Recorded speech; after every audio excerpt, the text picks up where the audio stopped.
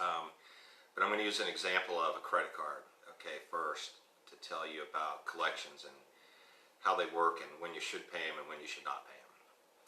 So let's say you have a credit card, it's got a $1,000 balance on it, and you lose your job, or you get in a car wreck, or whatever the case may be, you lose your income, you can't keep paying it, so you stop making those payments on that credit card. So what happens is, some point that that credit card company, I'm going to use Capital One as an example. At some point, they're going to harass you for 6 months or a year for payment, threaten you with lawsuits and all kinds of other stuff. But at some point, they're going to charge that off.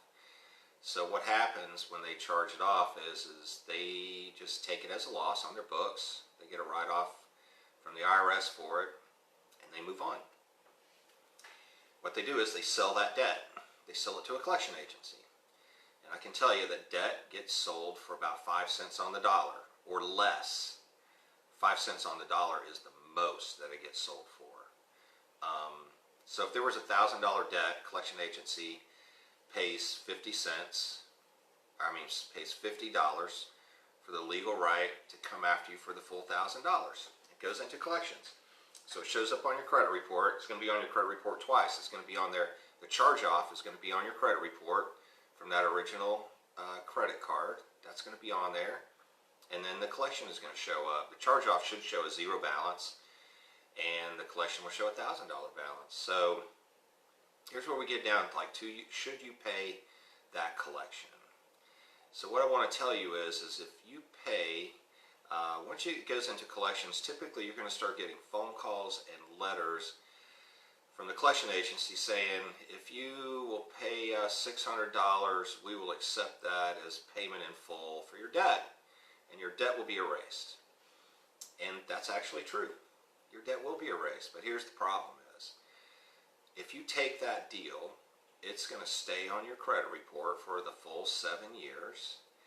And what it'll show on your credit report is it will show this account has a zero balance, this account was settled for less than the full amount, and this account was in collections. That stays on your credit report for the full 7 years.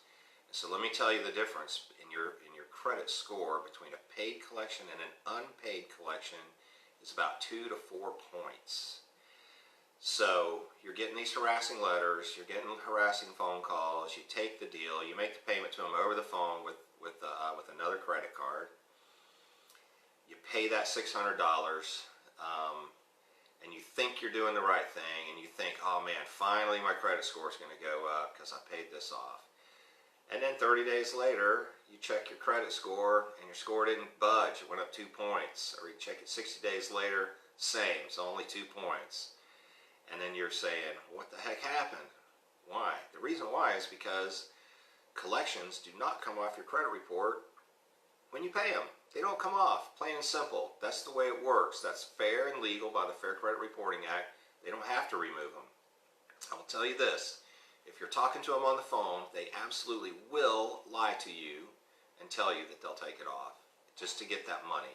People that work at those collection agencies, they get paid on commission.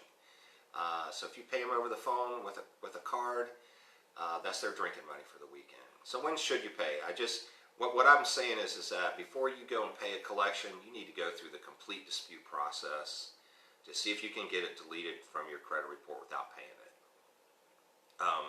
Because as I just explained, paying it is not going to fix your credit. It's not. So when should you pay a collection? Because there are times when it's good to pay it. What you have to do is you have to get from them in writing what we call a pay for delete. You send them a pay for deletion letter. And it's a letter saying, I got your offer that you'll take $600 as full payoff. However, I'll pay that to you. However, I want all derogatory information removed from my credit reports about this account, or I want this account removed completely from my credit reports. And if they do not respond to you in writing that they will remove that account from your credit report or repair it, which means remove all the derogatory information, then don't pay them. Okay? Don't pay them, because you're not going to help yourself and you're not going to help your credit. Remember, in the state of Florida, the statute of limitations is 5 years. So the longer it goes, the less likely it is that they're going to sue you for the amount. You don't see very many lawsuits under $1,000. If you got a big old collection of like $15,000, well then you better talk to them, because that kind of money they're willing to sue you for. But smaller collections like 5,000 and under go through the complete dispute process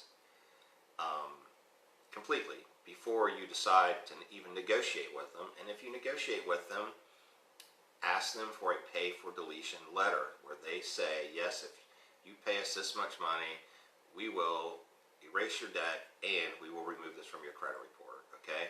They do that. It works. But you got to go through the entire process. Do not be bullied by creditors and collection agencies. Do not let them bully you. Okay? Please don't do that. So, that's your lesson on collections today. I have a link on here where if you click on that link and fill out the form, you will get an email that will have an immediate download for an 89-page credit repair ebook. You can download it in PDF format. Like I say, it's 89 pages. It has got all kinds of information in it. All kinds of information. And I know y'all aren't going to read 89 pages of stuff because it's detailed information. But download it. Keep it on your computer. There's you can answer all kinds of questions for yourself in there. That's free information to you to help you fix your credit. And so, with that being said, that's your credit repair lesson for the day. I got to go get ready for my Kiwanis meeting that starts in about 50 minutes.